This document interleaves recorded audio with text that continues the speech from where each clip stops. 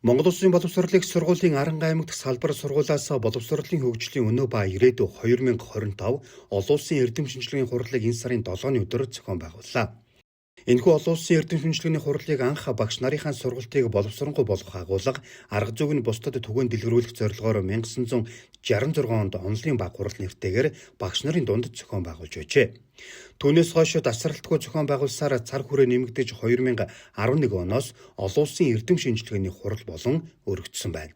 За 7 улсын төлөөлөл маань илтгэлээ онлайн болон танхимаар хэлэлцүүлж байна. За мөн дээрэс нь манай орон нутгуудаас төгсөгчдийн маань төлөөлөл баг хоолнотойгоо ирээд эрдэм шинжилгээний өгүүлбэрээ хэлэлцүүлж байна.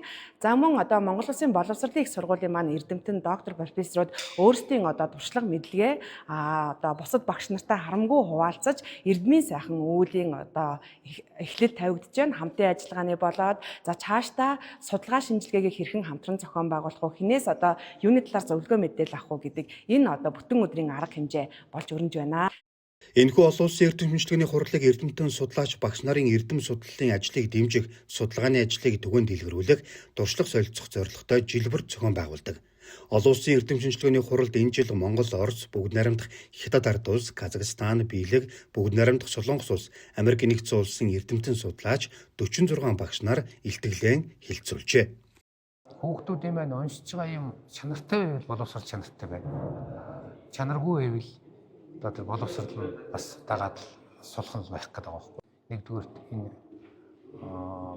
мэргэжлийн холбоод орчуулагчдын эвлэл, Монголын Орсын багшийн холбоо, Монголын англи хэлний багшийн холбоо, Монголын зохиолчдын эвлэл, за тэгээ багш нарын холбоонууд нийлж угаад, за тэгээ дээр нь төрийн захиргааны төв байгууллага буюу боловсролын яам нийлж угаад одоо энэ орчуулгын онол судлаачдыг мөн зохиолчдын эвлэлийг оруулдаг нь уран сайхны редакторуудыг бэлтгэж эхлэмээр байна. Боловсролын ирээдүйн талаар ийм эрдэм шинжилгээний хурал гэж байгаа явдал бол аргагүй л нэг эрдмийн сургуулийн хийх ёстой ажлын нэг штэ.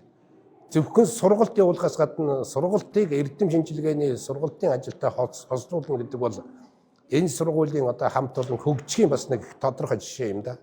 2018 онд бол Монгол Улсын боловсролын их сургууль доктор сурж байхдаа орж исэн.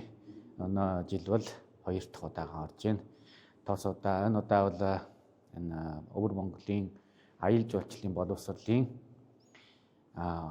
одоо холоод ирээдүй гэсэн сэдвээр илтгэл хийхээр байна.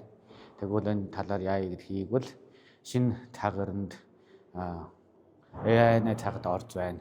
Аялал жуулчлалын боловсрол дараачийн алхам яаж шинэлгээ ухаан техник мэргэдлийн чиглэлтэй уялдаж, хандаж, яаж зах зээлтэй хандаж, оюутнаа нэг зах зээлд нийцсэн хүнийг хүмүүжүүлэх талаар ер нь бол бүх дэлхийгээр ч адилхан, манайхан ч адилхан нэг бол гол сэдэв болгож байгаа юм аа. Энэ удаагийн хуралд шинжилгээ ухааны доктор 2, дэд доктор 12, докторант 5, магистрийн судалгааны ажил хийж байгаа 30 гаруй эрдмийн цолоор нь харавал 2 профессор, 5 дэд профессор, 1 хүндэт профессор, Монгол Улсын ардын болон гавьяат багш, нэг зөвлөх багш, тэргүүлэх зэрэгтэй 1 багш тус оролцжээ. Анхны оролцогчид нь болохоор Оросын холбооны улсын болон Бүгд найрамдах Хятад ард улсын өөр Монголын өөртөө засах орны төлөөлөлд ингэж оролцож байсан түүхтэй. За түүнээс хойш оролцогч орнытой жилээс жил өргөжин тэлээд за энэ удаагийн хуралд бол Монгол улстайгаа нийлээд 7 улс орны эрдэмтэн судлаач багш нарын төлөөлөлд оролцсон ийм хурал болж байна.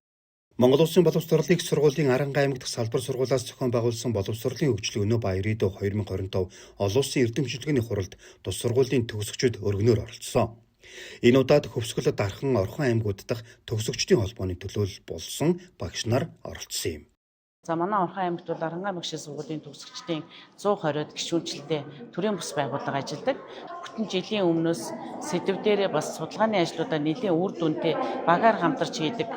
Анхан тогш нараас суралцсан залуу боловсон өвчнүүдэд чанаржуулсан энэ ажлуудыг ер нь бодлого төрөлтөд болдож ажилладаг.